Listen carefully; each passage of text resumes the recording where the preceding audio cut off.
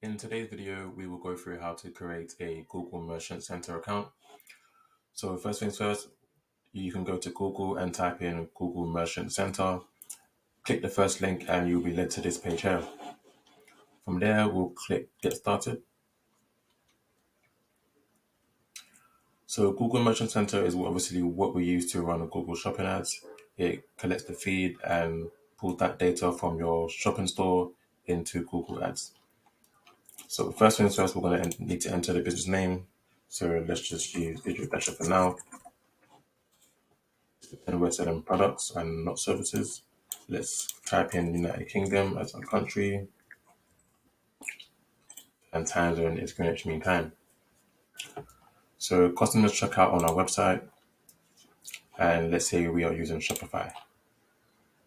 We don't want to get any emails for new features in that right now, but we do need to agree to the terms and conditions.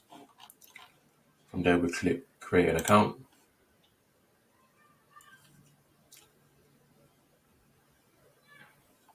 And you can connect it to Shopify if need be. If not, you can just skip this for now and continue on to Merchant Center. From there, we'll be asked a few questions regarding the business. So you'll be asked to add your business details. So that's the business address and phone number.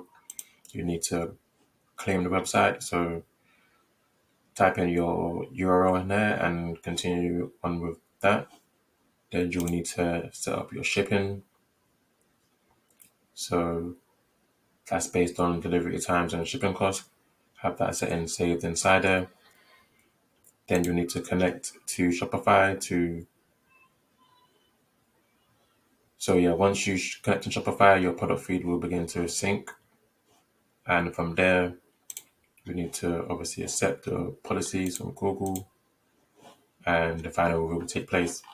But for now, what we're going to do is we're going to go back and I'm going to show you how to add a user.